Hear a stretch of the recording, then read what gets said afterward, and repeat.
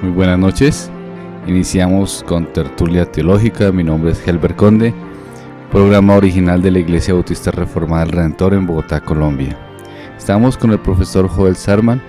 Venimos viendo historia del cristianismo y estamos haciendo una introducción a la época de la Reforma. Y hoy vamos a tratar el tema de algunas herejías que se presentaron más o menos en el siglo XV. Terminamos de ver a Juan Wycliffe y vamos también a ver a Juan Hus. ¿Es así, Joel?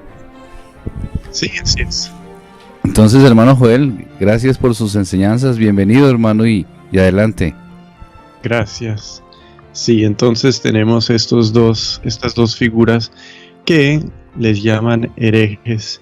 Y no es solo la Iglesia Católica que los llama herejes, son herejes según los historiadores. Y entonces por eso los llamamos a veces herejes, para que la gente, cuando estén leyendo los libros de historia, pues no siempre piensen que son solo los católicos que les llaman herejes a Wycliffe y a Hus, pero todos lo hacen porque eran gente que salió del parecer de sus tiempos. Entonces fueron condenados como herejes medievales, aunque no los contamos como herejes en nuestro sentido completo en el que lo usamos en las iglesias hoy. Estábamos en nuestra transición es del siglo XIV al siglo XV, y la figura que nos ayuda a hacer esa transición es Juan Hus, que vivió de 1370 a 1415, cuando murió en la hoguera.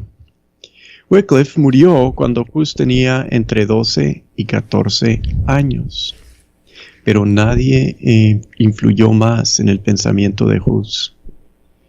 En la Universidad de Praga, él estudió con detalle los libros de Wycliffe.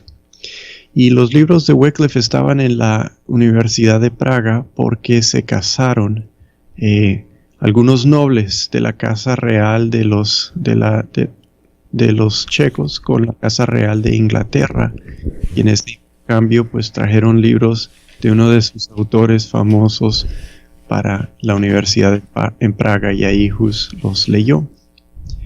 No de una vez aceptó todas las conclusiones de Wycliffe. Sí aceptó sus bases y parece que aceptó su filosofía, y así se fue convirtiendo de parecer a lo que decía Wycliffe, y lo influyó mucho a Hus. Él se hizo sacerdote, fue docente, fue maestro en la universidad, y lo pusieron como predicador en la capilla de Belén, en Praga. En Praga estaba el Sacro Emperador Romano. El Sacro Emperador Romano no tiene que estar en ninguna ciudad, puede estar en la ciudad que quiera. Este estaba en Praga. Sigismundo se llamó en ese momento el Sacro Emperador Romano. En cuanto a la ciudad, que hoy Praga es una de las mejores ciudades medievales de Europa, que preserva la arquitectura de esos tiempos y todo, es porque en ese momento se construyó gracias a este emperador, ¿sí? Él, viviendo ahí, pues dio mucha plata, hizo muchas cosas, construyeron la bonita ciudad de Praga que uno puede visitar hoy. Sigismundo es una figura muy importante para apreciar a Juan Hus, pero yo no lo he estudiado bastante, entonces no vamos a hablar más de él. Pero sí es importante notar qué es lo que buscaba Sigismundo, qué logró, qué lo impedía con lo que él luchaba, todo lo que él anhelaba hacer. Todo eso es muy importante para entender mejor a Hus. Y si uno lo quiere entender, pues le toca estudiar a ese emperador que estuvo en Praga, que tanto influyó. Regresando a Hus, en la capilla de Belén, él predicaba en checo, que es el idioma popular. Es como si en Bogotá predicase en español. Él no predicó en latín. Y es muy importante en todo este periodo recordar lo que lograba el idioma popular, del idioma de los sabios. ¿Quieres alcanzar una audiencia internacional y educada? Escribe en latín. ¿Quieres llegar al pueblo o la nación al nivel popular? Esto es más difícil en el siglo XV, pero en el siglo XVI y luego en el siglo XVII, que son los siglos de la Reforma, si quieres llegar al pueblo, vas a escribir en el idioma de ese pueblo. Esto es muy importante considerando las escrituras de los reformadores. ¿En qué idioma está escribiendo Calvino esta cosa? Sí, eso nos dice, está escribiendo una audiencia internacional y educada a pocos en una distribución grande geográfica, o está escribiendo en francés, ¿sí? Y ahí está escribiendo a muchos, una región limitada. Los italianos no leen el francés, pero en Italia hay italianos que leen, por ejemplo, el latín, y entonces a esa gente que lee latín en Alemania, Italia, en todos lados, pues se distribuye distinto, una cosa que se imprima, una cosa que estos tiempos. Hus está predicando, no está escribiendo, pero está predicando en el idioma popular porque está en Praga, está en una iglesia muy importante, esa capilla de Belén. Y el impacto que Wycliffe tiene sobre Hus lo logra porque Wycliffe escribió en latín. Hus no habla inglés, Wycliffe no habla checo, ser docentes en latín, y por eso pueden conocer que el otro dice. Hus predica en checo y su impacto fue un impacto entonces popular.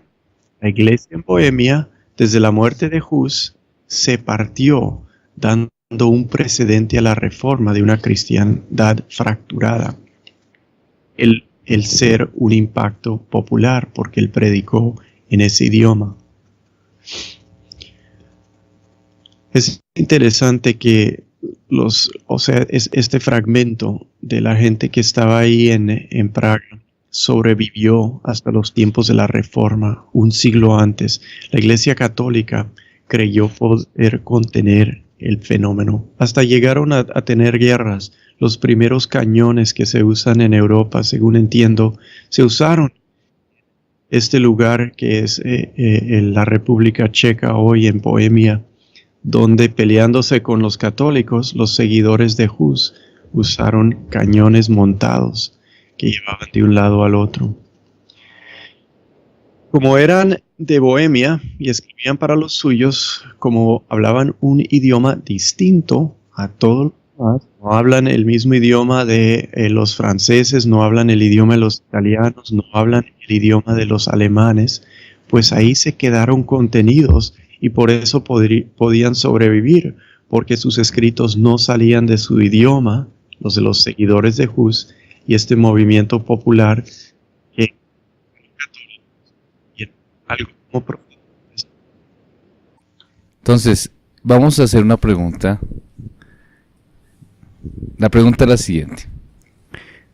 ¿Hay alguna iglesia protestante o iglesias evangélicas consideraban a Juan Hus o Wycliffe como hereje? No. Esta es una determinación de la iglesia medieval antes de que hayan evangélicos, y realmente cuando todos los cristianos son la misma iglesia, o sea, en la misma iglesia. Y es una denominación o una forma de llamarlos que usan los historiadores, pero no necesariamente las iglesias protestantes. La segunda pregunta es: ¿Sigismundo era emperador de todo el imperio? Esa es una buena pregunta. No sé de dónde surge la pregunta. Yo supongo que sí, pero pues si hay una duda, no lo conozco bien y no sé mucho de él, así que pues si hay una duda, de pronto no lo es. Que yo sepa, lo es, no sé por qué no lo sería. Listo, esas serán las dos preguntas. Ok. Hombre de integridad, Hus predicó contra los abusos del clero. Formó a la misma vez apoyo, ¿sí? Predicando contra los abusos del clero, pues hay quienes lo apoyan, y resistencia, es decir, tuvo amigos y tuvo enemigos por lo que dijo. Sí se dirigió a los abusos del clero, sí existían abusos. Y hay gente que dijo, bueno, qué bien que lo diga. Hay gente que dice, él no debe estar hablando así. Es posible tener el apoyo porque pues todo mundo sabe que no se debe tolerar algunas de las cosas que están sucediendo. Pero a la misma vez, los que viven cómodamente y obtienen sus oportunidades y posibilidades dentro del sistema que se critica, suelen ser los que no les gusta que hablen contra los abusos que existen.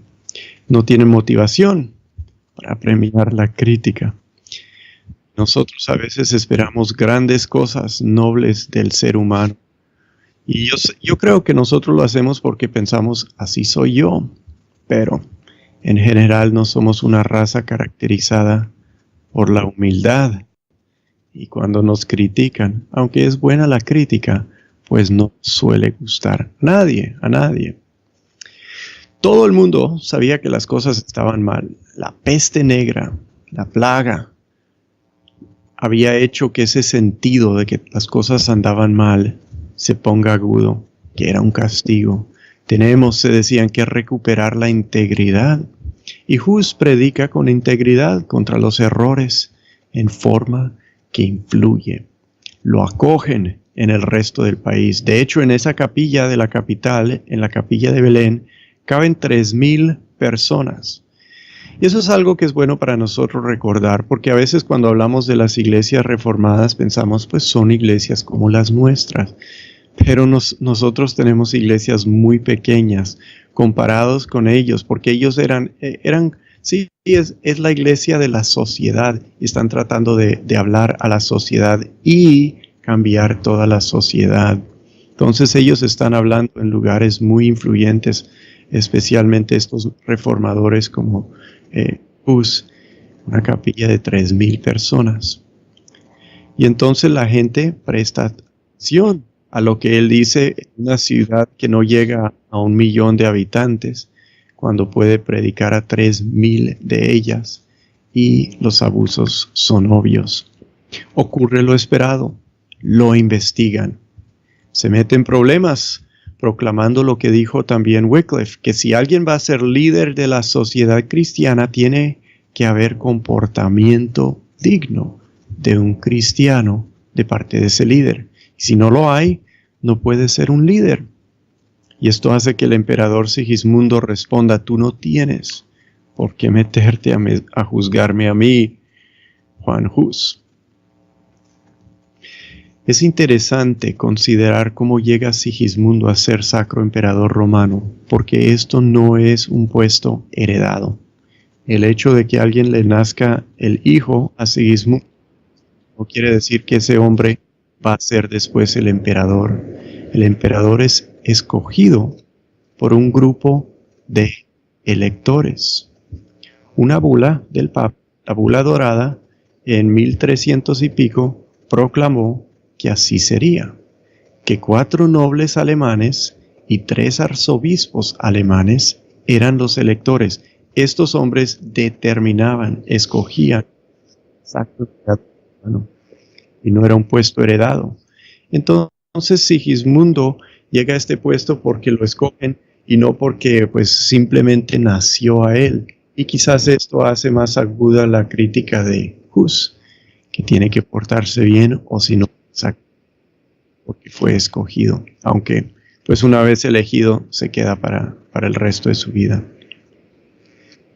Va a ser... Viene otra pregunta.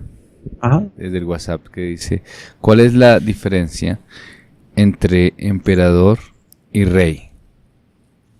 Dice Rosmary.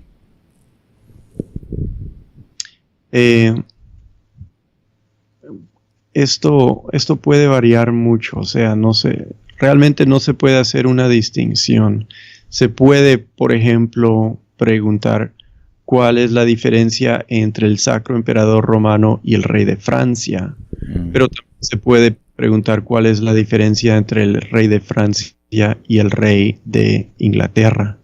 Tienen derechos y poderes distintos porque están en contextos distintos en donde les les dan, o sea, puede ser que el rey de Francia puede, de una forma más déspota, que lo que puede hacerlo el rey de Inglaterra, porque en Inglaterra ya han hecho la Magna Carta para limitar los poderes del rey. Entonces eso varía, y el hecho de que a uno le llaman emperador y a otro no, realmente no distinguen sus poderes. Aquí este hombre es llamado emperador porque, recordemos, en el tiempo de Carlomagno quiso albergar al Papa, y el Papa le quiso dar un título especial y le llamó emperador romano, como del Imperio Romano, porque bajo el Imperio Romano habían estado hace unos pocos siglos. Y digamos que el hecho de que se hubieran reunido para determinar o para nombrar al emperador, ¿por qué no lo hacían de la misma manera con los reyes? Los reyes sí era por familia, ¿verdad? Sí, eso es el Sacro Emperador, por sus peleas, por su relación con el Papa y por la controversia de la investidura, para controlar a lo que estaba sucediendo, el Papa, pues en esa controversia y en un momento de mucho poder del papado, dijo, bueno, sí, usted es de este territorio alemán, es de familia noble, entonces le vamos a dar a 4 nobles alemanes que escojan, sí, pero yo también quiero tener poder sobre el Sacro Emperador Romano, porque después de todo soy el Papa, y este no es un emperador cualquiera, es el Sacro Emperador, el Santísimo, el Santo Emperador que protege al Papa, y eso me interesa. Lo que está haciendo es reteniendo poder, y entonces dice, pues arzobispos también van a elegir. Esto es nuevo, que lo escojan así y que no sea heredado, pero resultó por esa controversia medieval de la investidura. Y es interesante ver cómo Joel nos explicaba que con Wycliffe se sacó una bula papal declarándolo como hereje, ¿no? Y aquí hay otra bula, que es la bula dorada, que proclama a Sigismundo como el sacro emperador romano. Entonces definitivamente la bula es como la máxima autoridad, ¿no? Es un documento que da una ley, sí, que da una ley. Recordemos, él no condenó a Wycliffe, o sea, lo castigó, pero no lo condenó en la bula. Y esta bula que influye a Sigismundo, pues ocurre casi 100 años antes de Sigismundo. Establece el proceso bajo el cual después Sigismundo llega a ser Sacro Emperador. Pero son leyes. La Iglesia puede hacer leyes que son determinantes en Europa. Cuando Wycliffe fue sacado después que fueron los huesos, los restos quemados, ¿por qué fue? No fue porque fue declarado como hereje, ¿no? Sí, luego lo declararon hereje. Exacto. ¿Ahí no fue por medio de una bula?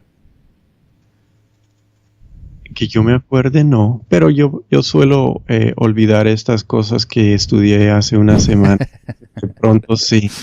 Que yo me acuerde, no. Tenemos otra pregunta. Desde el chat de la emisora.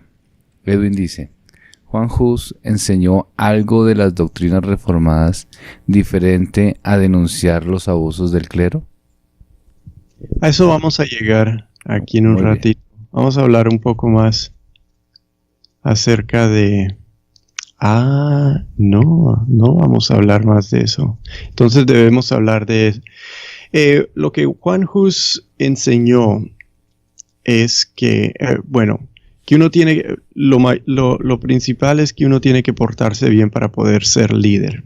Esa fue una de sus enseñanzas.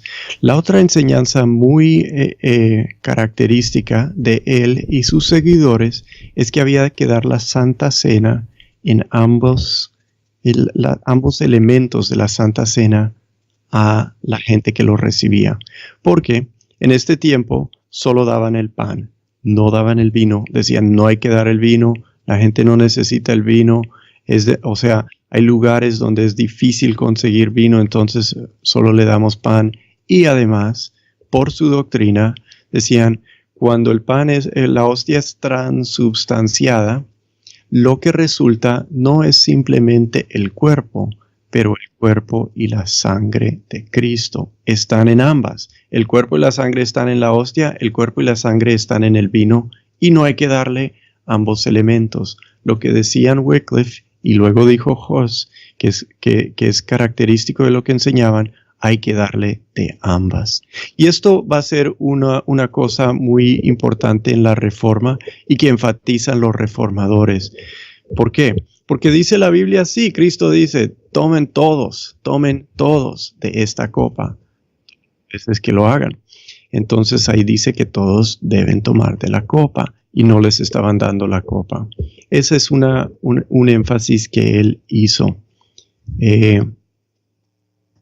Pero además, ellos realmente, por ejemplo, nunca hablaron de la justificación por la fe. Esto no va a llegar hasta 1512 en Francia y luego con Lutero en 1519 o 1520, que hablan de la justificación por la fe. Estos hombres, Wycliffe y Hus, no hablan de eso, por ejemplo. La justificación con la fe aparece más adelante, pero obviamente entendemos que ya estaba en las Escrituras. Sí. Antes de eso, de ellos, ¿quién señaló que la justificación por la fe? Lo digo porque hay algunos grupos que dicen que la justificación por fe es algo nuevo, pero que no es bíblico. La justificación por la fe, ellos lo toman de la Biblia, porque ahí es muy claramente enseñada en Romanos. Pero lo que debemos entender aquí es esto.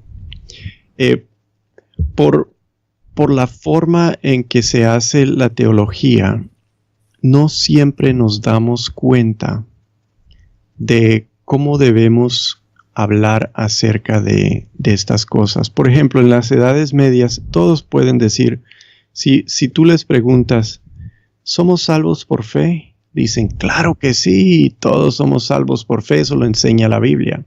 Lo que no dicen, si les preguntas, ¿somos salvos por sola fe? Te dirían, no, ¿cómo así? Y es lo que necesitamos decir y lo que viene a decir la Reforma, somos salvos por sola fe. Desarrollar eso requiere énfasis en la teología que en este momento no tenían. Ellos no separaban la justificación de la salvación completa, ¿sí? Somos justificados, decimos en nuestra teología protestante, y porque somos justificados, hacemos buenas obras. Y esas buenas obras aparecen. Y por eso es parte de la salvación, la transformación de la santificación. Sin santificación no podemos ver a Dios, ¿sí? O sea, todas estas cosas que suceden son parte del paquete completo de la salvación. Lo que hizo la Reforma es tomar la justificación y decir, la justificación es cuando Dios nos declara justos y por esa declaración somos justificados y por la justificación salvos. En las edades medias decían, somos justificados, pero eso no es una declaración de Dios, no la pensaban así. Eso es algo que uno logra haciendo las buenas obras y haciendo las buenas obras obtiene la justificación. Por el énfasis de su teología, se necesita para poder distinguir así la justificación de la salvación completa y ponerla en su lugar, se necesita la filosofía nominalista, que enfatiza el poder de Dios declaratorio, declarativo, no sé cómo se dice en español, el poder de declarar, y con su pura declaración, una sencilla declaración, Dios cambia el estado legal de la persona, la declara justa.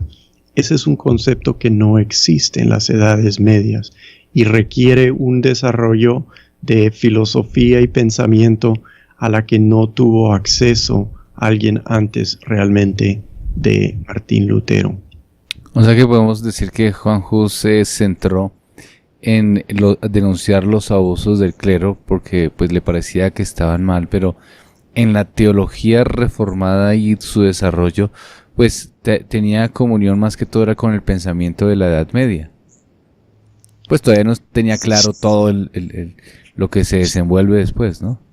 Sí, o sea, el hombre vive hasta 1415, ¿sí? 100 años antes de que alguien se dé cuenta bien en forma clara qué es esto. Lo que sí está diciendo que lleva la reforma y que podemos también mencionar basado en la pregunta que nos hicieron hace un rato es que sí está enfatizando más la autoridad de la Biblia, ¿sí? La iglesia está diciendo, no le des el vino a toda la gente, no hay que hacerlo. La iglesia dice que solo el pan, eso es todo.